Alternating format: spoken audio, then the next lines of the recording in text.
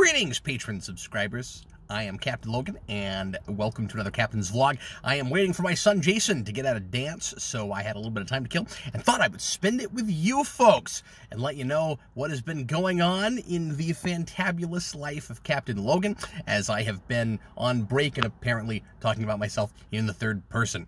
I have been reading and watching all kinds of stuff. It is really refreshing to get to read and watch stuff and play stuff and not really think about reviewing. I talked about this in the last vlog, but it gives you a little bit of a different perspective on stuff, and you notice things that you might not otherwise when you're concentrating so much, whether you want to or not, whether you mean to or not, on what you might say later on about it. And some of these are things that I might end up reviewing down the road, but I thought I'd let you guys know a little bit about stuff that I have been consuming.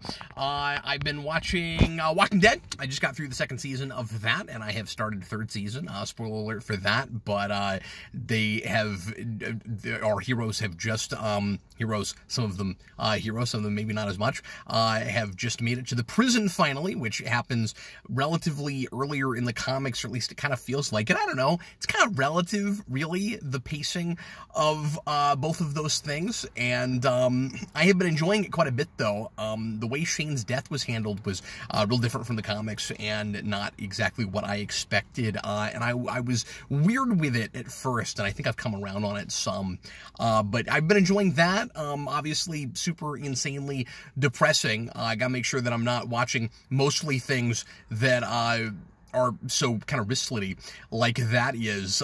So of course, watch the second season of The Tick, which I will be reviewing with Eric soon. We're actually going to try to talk about that tonight after we shoot a video on Hellboy, which we're also going to see this evening. And whether or not the Tick video gets out this week will depend on how much time we have this evening to film. But should be doing that soon. Really enjoyed that season. I will say right off, I don't think it's as good as the first season. I don't think it accomplishes quite enough, but I do like it a lot, and the writing is to the same caliber. I don't know that the plotting is, but certainly the dialogue writing and the acting and the comedy is absolutely up to snuff. It's hilarious, and about to do a watch party for that with some of my friends that haven't gotten a chance to see it yet, so it's gonna be fun to go back through that again. And I've been reading a lot of comics. I've been going through Gotham City Sirens finally, which I've never read all of. I jumped on that when I first started reading comics, new comics regularly, getting a pull list back in 2010, just after I started the channel. And that was around issue 9 or 10, and I also fell off of it at some point, so I've never read the front or the back end of that, just some stuff in the middle, and kind of fun to see where Riddler is at the beginning of that versus where he is when I run into him, and he's a full-fledged private detective. And I guess he already was a full-fledged private detective, but he was, at the beginning of that book, he's kidnapped by and has his apartment stolen by Poison Ivy, which is fun, and I didn't know about. And there's a real fun story with the Joker's first, like, right-hand man henchman, who Harley Quinn replaces later. I enjoyed that quite a bit. I thought that was a fun character. I still don't like that stuff with Catwoman's sister that much. That's kind of where I jumped in. And also, it's a little bit frustrating how often the art in that book changes, because it starts off with, and the writer changes a lot too. It's not all Paul Dini, and that series only ran for 25, 26 issues. Was it that long? I guess I'm not sure right off, but it was Paul Dini and not Dustin Nguyen. He comes in later. I know who it is, and it's just not coming to me right away, but it's a writer from that period that I liked a lot. And God, why can't I think of his name? It's not Frank Whiteley. I can't think of it. Anyway, but the original artist kind of creates a visual tone for that book that other artists keep trying to ape, including Dustin Nguyen, who does an okay job, and I like his stuff, but it's not nearly as good as what's there from the beginning. And anyway, so the art just, I guess I'm just reviewing this book suddenly, but the art just keeps changing, and it's a little bit jarring whenever that happens. But anyway, God, that's gonna drive me crazy the rest of the day. I can't think of it, and I would look it up, except I'm using my phone to film my phone. I'm using my phone to film this. And then I have also been, I finally started reading the Smallville comics, which I will probably review down the road, if not in Counting Crypto Freaks, if I ever finish that show. I had always intended on reviewing that on Counting Crypto Freaks if I ever finish that show, but if that doesn't end up happening, I still want to. I'm still planning on it, but if that doesn't, it's taking forever. If that doesn't end up happening, I will review it sooner rather than later. And I like that first trade a lot better than I expected. I remember hating the first issue. I read it a long time ago and didn't like it enough to keep going. And I don't know if my standards have been lowered by the modern CW stuff or what, but I liked it okay.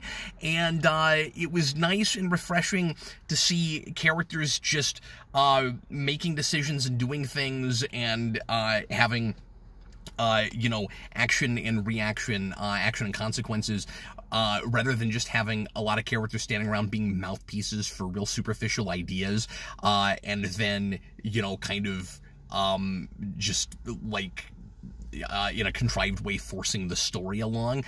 This doesn't do that, and it's written by one of the main writers from that show in the last couple of seasons, and I get the sense that he kind of has free reign on this, and so he's doing more of what he would have liked to do with that show, but still trying to keep it its quintessential Smallville as he can. So where that series is silly and ridiculous, it's almost that way in a tongue-in-cheek way, where it's like, yeah, we know we're Smallville, and we have to be a certain level of absurd and ridiculous, but not so far that you can't enjoy the story and you're constantly rolling your eyes. And their Clark Kent is totally different than he is in Smallville. It's like as soon as he puts the costume on, he is like, oh, this is what the Superman's supposed to be, and it's like wearing the costume makes him the right kind of Superman, and suddenly he's a great deal more proactive, and he's talking like Christopher Reeve, and it's hilarious, and I think the book kind of does that on purpose and knows it. It's very amusing. But anyway, a lot of stuff I don't like about that is just stuff that it's stuck with because of Smallville canon stuff, particularly things right at the end and dealing with Lex Luthor and how he gets his amnesia. That stuff sucks, but it's stuck with it. What's it gonna do? What else have I been up to? I started playing the first Tomb Raider game on PS4. I'm enjoying that quite a bit. And I'm surprised by how much of the stuff in the movie is in that game. I'm also really excited, by the way, that that movie's getting a sequel. I did not think that that would happen. We got word of that in the last couple days. Finally, that has been driving me absolutely up the wall, all this news that's been coming out that I would love to talk about, but I'm on hiatus, and I don't want to constantly interrupt hiatus and make people think that I'm back to full-time and wondering where certain kinds of videos are, which is why I haven't been responding to news and stuff, and I'm not doing the Captain Logan show right now.